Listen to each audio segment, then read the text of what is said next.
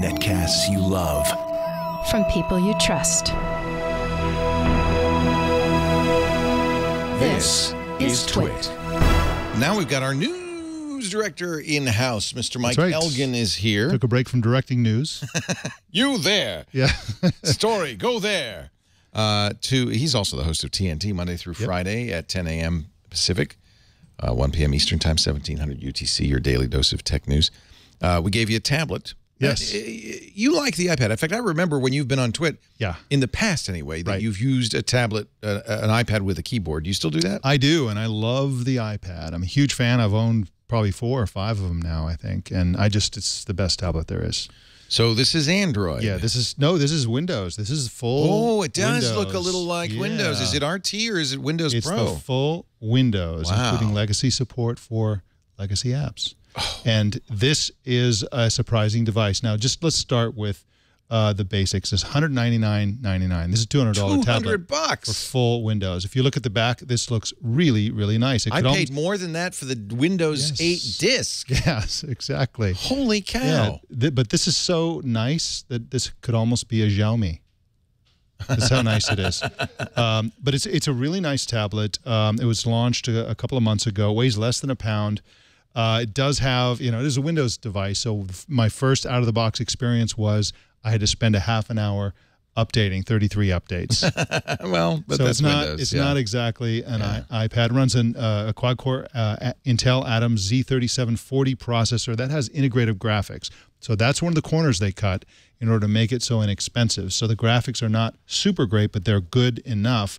And it has only 1 gig of RAM. So that's on the low side for a full Windows device. Although you really don't see it using it too much for the most part. In fact, most of the little glitches here and there that do pop up are in the graphics side, not in the core processing, and so, or in the RAM or anything like that. So it seems to be they're getting away with it, I guess is what I'm saying. This is a 1280 by 800 LED backlit screen.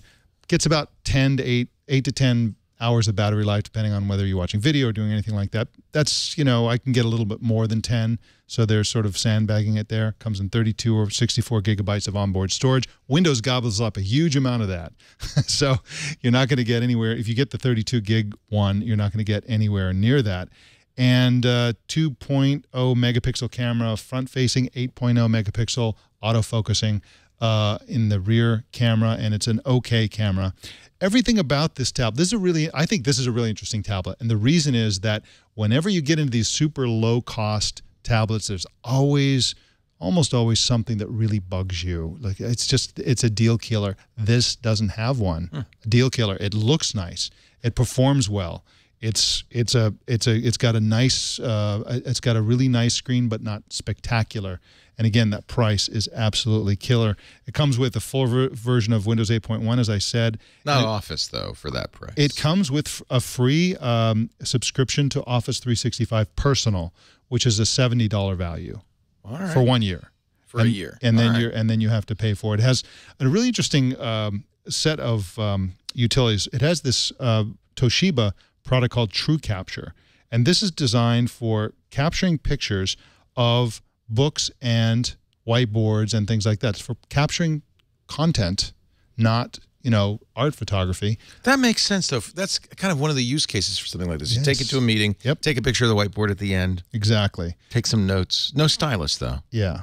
It does not have a stylus, which is different from the Asus Vivo Tab Note 8, which is a very similar and comparable device to this. And of course, it's got little bits and pieces of Toshiba help support software, that kind of thing, which you always get with these devices. Does it have a desktop? It's Windows 8, so it must have a desktop mode. I don't think it does because it's a tablet, right? If you go into the Surface has a desktop. If you go into the settings, you immediately get into the hardcore Windows type stuff. But this is a really, really nice tablet. I like this a lot.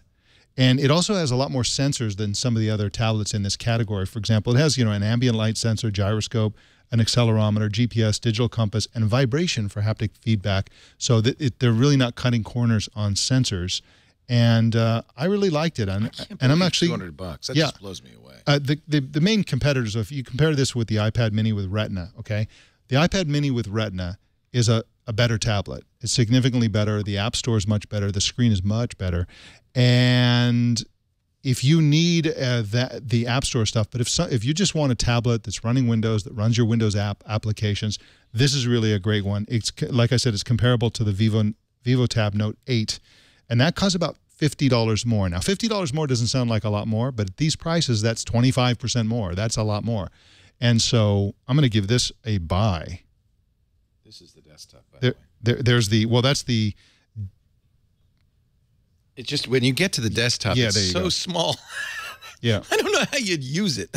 Right. You can press the Windows key also. There's a Windows key. You know, normally there's a physical Windows key on these things. It's up at the top. Yeah, Look at that. And wow. You don't want. I don't even want to use this on a laptop. I mean, it's I like the so-called Metro UI. Yeah. Yeah, but you'd probably want to stick with that just because these touch targets you can see. I mean, you can barely. I mean, my fingers is awfully big compared to that. Personally, I wouldn't choose a Windows tablet over an Android tablet or an iOS tablet. However, if you need one, you know who you are, right?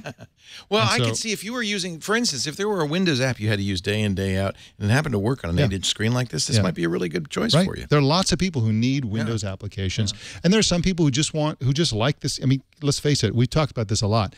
This is a great user interface. They were a little late with it, but this is a really compelling user interface. So for a novice or somebody who's used to Windows or whatever, $200 is really, really cheap for what you get in this tablet. Pros and cons.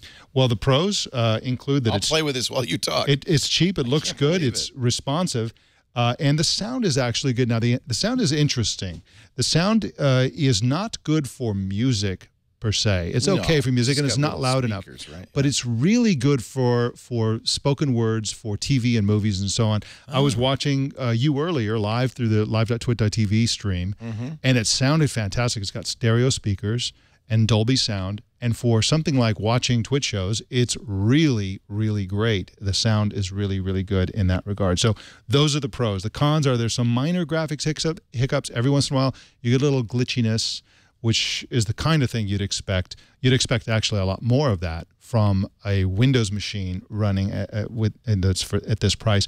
It doesn't have a docking station. It doesn't have a stylus. I personally don't like those kinds of things. I'd much rather go with a Bluetooth keyboard, and who needs a mouse? And of course, it's not high res. But that's pretty good. I'm watching us on TV. See there. Very interesting. You turn that up, so you won't be able to tell really, but listen to that. Oh, that's very good.